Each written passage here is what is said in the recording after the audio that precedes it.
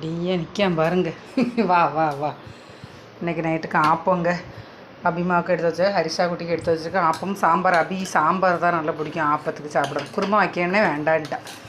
ஆனால் ஆப்பமும் அவளுக்கு துவாசை மாதிரி தான் ஊற்றணும். கனமாக இருந்துடக்கூடாது, லேசாக இருக்கணும். எப்போ கண்டிஷன்ஸ்லாம் சமையல் பண்ணும்போது கண்டிஷன் அப்ளையோடு தான் சமையல் பண்ணணும். நாங்கள் என்ன செய்ய, பிள்ளையெல்லாம் பெற்றுட்டோம்ல. என்னங்க, எல்லா வீட்லேயும் தான் நடக்கும். என்னம்மாக்கா? ஏன் ஹரி அப்படி இல்லைங்க, எதை கொடுத்தாலும் என் தங்க பிள்ளை அழகாக சாப்பிடுவான். என்னம்மா சாப்பிடுமா? அக்கா கூட சாப்பிடியாம்மா? நின்றுக்கு அம்மா தோசை ஊற்றிட்டு வரேன். அக்காவில் கூட்டுரு, அக்கா கூட சாப்பிடு. இப்போ அம்மா எல்லாம் எடுத்து ரெடியாக தான் வச்சுருக்கோங்க 2 பேருக்கும். போங்க, நீங்கள் சாப்பிட்டதுக்கப்புறம் தான் அக்கா தான் எனக்கு ஊற்றி தரணும். ஓடுங்க ஓடுங்க. சரி போங்க, எடுத்துகிட்டு போங்க. இந்த பிளேட் எடுத்துகிட்டு போ. எல்லாத்துக்கும் பாய் சொல்லிட்டு போ. தொட மாட்டான், சுடுங்க. பார்த்தீங்களாங்க, நல்ல உஷார் தான். நான்